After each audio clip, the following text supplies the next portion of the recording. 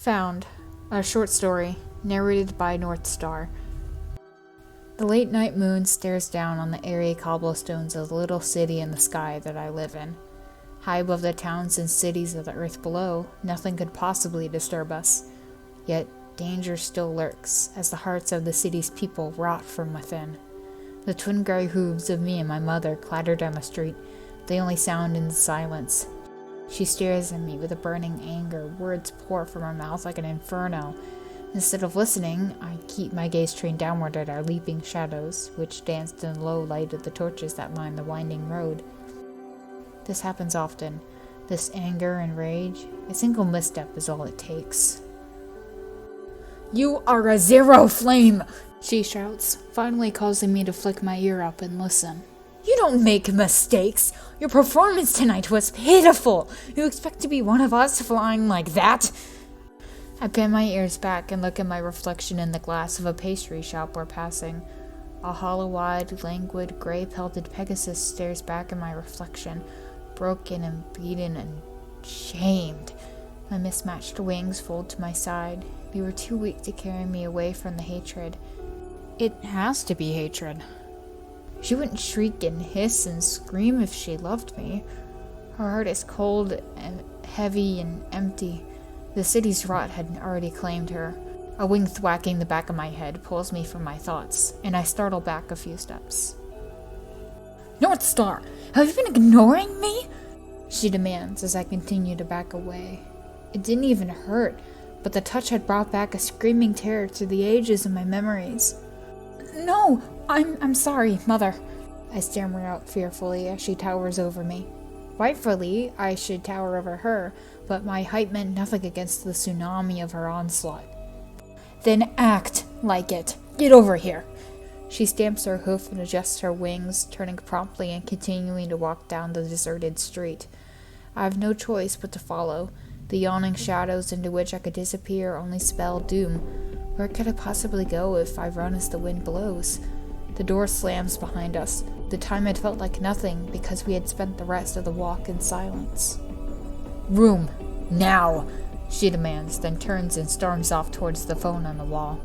It's just a speaker. She shouted into it often to whoever would listen. I don't argue, and I trudge up the stairs to the halls I know so well. Halls of memories, halls of nightmares, halls of her. I close my door quietly and lean my ear against it to see what I can catch of Mother's conversation. I only catch words without their sentences. Failure, flightless, unworthy. She's talking about me. I'm certain of it. There's nobody else in this city she despises more. I've been her shame ever since the city's rot stole the warmth from her soul. But I can't stay here. The rot will only take root within me if I do. She'll make me like her. She'll drain out everything imperfect until I'm just this perfect shell in her perfect life. I trot over to my desk and immediately my eyes fall on the letter from Shadow Ace. It was more of a note than a letter, really. The hippogriff had passed it to me before my performance. "You have to be brave," it reads. I look back at my door. Only now do I realize she wasn't talking about the performance. I swallow hard and look into the bathroom once again, staring at my own eyes. Brightly orange against the gray in my face and my world. The dull pupils had sharpened into slits when I realized what Shadow Ace meant in her note. I have to be brave. I have to leave. I look towards the door again, then back away from it with whimpered terror. I can't go down there with her, not like this. I turn and gallop up to my window and push it outwards to look out over the rotting city in the sky, pushing aside my reflection in the glass to see beyond it. The stars burn high above, little suns distant and safe. I close my eyes to block out the gray cobblestones, the gray walls and floors of my room, and the gray of my own reflection. It's sickening. I hate it! I can't take it anymore! The air whips my mane in all directions, and I pull open my eyes with a yelp of fear. I had jumped from the second-story window. I flap my wings, but the mismatched feathers catch no wind, and I plummet onto the cobblestones below. I hit the ground and scoot back, silent in my terror. She had to have heard that. There's no way she didn't. I hold my breath, and all I can hear is the beating of my own heart and the roaring of blood in my ears. Yet she doesn't come.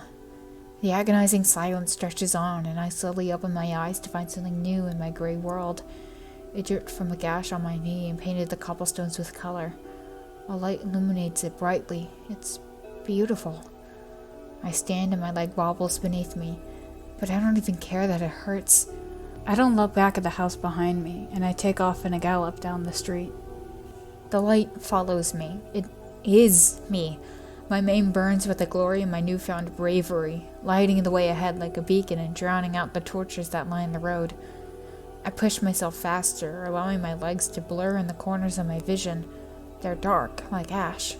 They're no longer gray. The pressure of excitement grows in my chest, and I throw my head back, expelling bright, brilliant flames from my maw into the sky above, painting it with a gorgeous orange. I'm a painter. I can bring color to my lifeless, colorless world. I no longer feel the clattering pavement under my hooves as I sprint, though the clamor follows me anyway.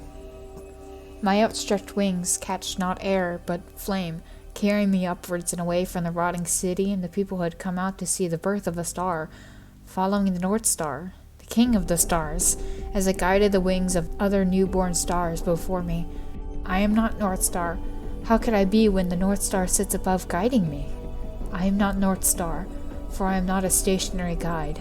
I am the inferno of life that waits for no one. I am the wildfire that burns the old to make way for the new. I am singularity. No more, no less. I am brave, and I light my own path.